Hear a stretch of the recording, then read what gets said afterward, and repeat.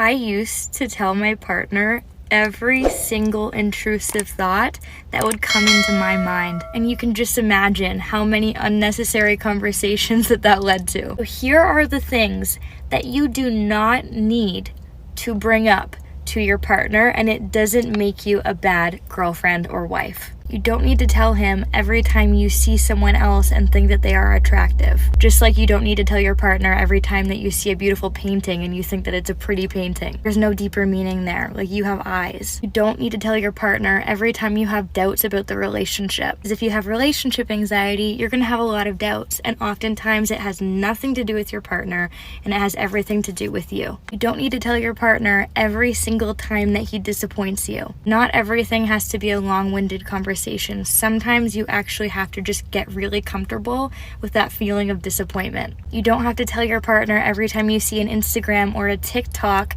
about another guy doing something really nice for his girlfriend and send it to your boyfriend and say, why aren't you doing this thing? That is going to make him feel emasculated. It's not going to lead to a change. It's actually going to make him less likely to show up for you in that way. And I know you're not trying to, but it is manipulative. And yes, I used to do that every single time that I saw a reel or a TikTok like that. And now I happily scroll past them. I have a different video on here about what to do if TikToks or Instagrams really spike your anxiety, so I'd go look at that. And finally, you don't need to tell your partner about all of your dreams. I had a dream about someone else or a dream about an ex. It doesn't have to mean anything. I know it really scares the women who have relationship anxiety. They feel a lot of guilt, they feel a lot of shame, but it's nothing. It doesn't mean you're with the wrong person, and telling him isn't going to change anything. It's not going to help the relationship. A good question to ask before you share something with your partner is, what is this going to feed? Is this going to feed our love, or is this going to feed my fear? Or is this going to feed our disconnection? If you have any questions about this, let me know below. I also have a free relationship anxiety masterclass in my bio. I love you guys. Never say this to your man. If your man is supposed to do something for you, like book a restaurant, but then he got so busy with work he got carried away he completely forgot. Or maybe he was supposed to pick up your dress from the dry cleaning on his way home from work, but by the time he got there, the shop had already closed. Whatever it is, it doesn't matter. Just never ever tell him, okay, I'll do it. A man is a doer. He's all about actions. That's what he identifies with. He knows how to fix things, how to solve things. And as much as you feel the urge to take over when he cannot deliver, your help has the opposite effect. Especially when you tell him, okay, I'll do it, in a demeaning way. Because then you hit his most sensitive spot. Because in his subconscious mind, he now believes he's not good enough. The absolute worst feeling for any man is the feeling that he did something wrong. Believe me or not, but by taking over a man's job, you emasculate him. You take away his identity. And when you keep doing that, taking over his job, at some point this could even lead to him desiring you. Ladies, I'm going to give you some advice that is going to help you out in the long run while dating a man. So hear me out. Never tell a man what you've been through in the past with other men. I know you may think, oh, it's okay to tell them about my past traumas and all of that stuff, but here's why you shouldn't. The thing is, a lot of the times when women tend to tell men about what other guys did to them in the past, or, you know, if they didn't take them out or they didn't post them or any of that sort, men take that into account and they use that to their advantage. And most of the time when they use this, they use it in a negative way to treat that woman even worse than their past did. Once they get access to this information, they use this to their advantage so they can know how far they can push you before you leave. See, the key to not letting this happen is when he asks about your exes or any exes in particular, you tell him, oh, it just didn't work out, and you leave it like that. He won't have any expectations or anything, so I won't leave. Hello everyone, welcome back to my YouTube channel. Thank you so much for clicking. Kindly subscribe to this beautiful channel. So in today's video, guys, we'll be talking about things that you're not supposed to tell your partner when you're in a relationship. Okay, so I had to put the videos together so that you watch and learn. Now I'm just here to share my true sense, like what I think about today's video. So yes, honesty is important in a relationship. It's very, very important. So but that doesn't mean every single thought or feeling needs to be shared. There are some things better left unsaid to maintain the healthy of your relationship.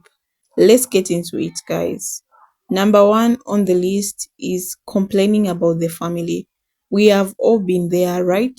Maybe your partner family is a bit much noisy, over involved, or even a little rude at times. But here is the thing: no matter how much they vent to you about their family, they will still be protective of them. Criticizing their family can lead to tension or even defensiveness. So, what do you do instead? If something is really bothering you, focus on the behavior, not the people. Say something like, I feel uncomfortable when XYZ happens, rather than your mom, dad, sister is annoying. Keep it about the action, not the person. So, another thing, ladies, I repeat, do not compare your partner to your ex. This one may seem obvious, but you'll be surprised how often it slaps out. Phrases like my ex used to do this for me or my ex never acted like that can make you feel insecure or like they're in competition with your past. And honestly, no one likes being compared to someone you were previously in love with. Your current partner should feel like they are special always, not like they're feeling in the shoes someone else left, okay, behind. If you catch yourself thinking about how your ex did something better or differently, it's time to reflect on why you're still hanging on to that comparison. So, ladies, this one is super important. Don't criticize your partner appearance. Yes, we all have preferences, and there's nothing wrong with sub subtitle encouragement for them to lead a healthy lifestyle, but outright criticism that can be damaging. Comments like "you have gained weight" or "I liked your hair better when" can really hurt, especially when it's about something as personal as their appearance. Remember, your partner should feel loved and accepted for who they are, not just. If you're worried about their healthy, it's so in the delivery. Focus on positivity and support, like suggesting you both to start a new fitness routine together. Just never make them feel self-conscious or unattractiveness. Now I know this one can be a little controversial, but hear me out, guys. Don't share your fantasies about other people, whether it's about cute coworker or some celebrity crush. While some people have open dynamics where they can talk about these things, in most important cases, it's unnecessary and it can cause jealousy or insecurity. Even if it's harmless in your mind, your partner may not take it that way. Instead, focus on deepening the intimacy between the two of you, not inviting thoughts about someone else into the relationship. It's not something that builds trust. It's probably best kept to yourself. Let's talk about friends. Avoid criticizing your partner's friends unless it's really necessary. Sure, you might not vibe with some of them. Maybe their behavior you don't like, or they have habits you don't like, but bringing it up can make things tricky. Friendships are important, and your partner has a choice or choosing these people for a reason. Instead of saying, I can't stand your friends, try something softer, like I don't really connect with them as much, but I'm glad you have someone you enjoy spending time with. Remember, you are in a relationship with your partner, not their friends.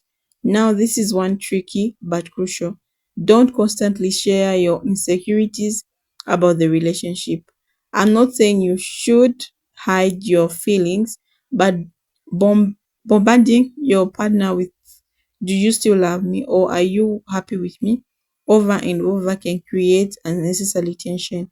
These questions erode the foundation of your relationship if asked too frequently. Instead of voicing your insecurities constantly, Work on building self-confidence and trust in the relationship. If you have serious concerns, communicate them in a calm, non way. Something like, I've been feeling a little off lately. Can we talk about this? Show vulnerability without adding pressure. And finally, let's talk about the past betrayals. Don't confess to cheating if it's in the past and it won't happen again. I know this might be controversial, but hear me out. If you cheated years ago, learn from it and have completely changed. Bringing it up now can create distrust that wasn't there before. You don't want to hurt your partner over something that's no longer relevant or happening. However, if you cheated recently or is still weighing on you, then yes, you need to have that conversation. But if it's truly in the past and you moved on from the behavior, sometimes it's better left unseen. So there you have it. Things you should avoid in your telling your partner.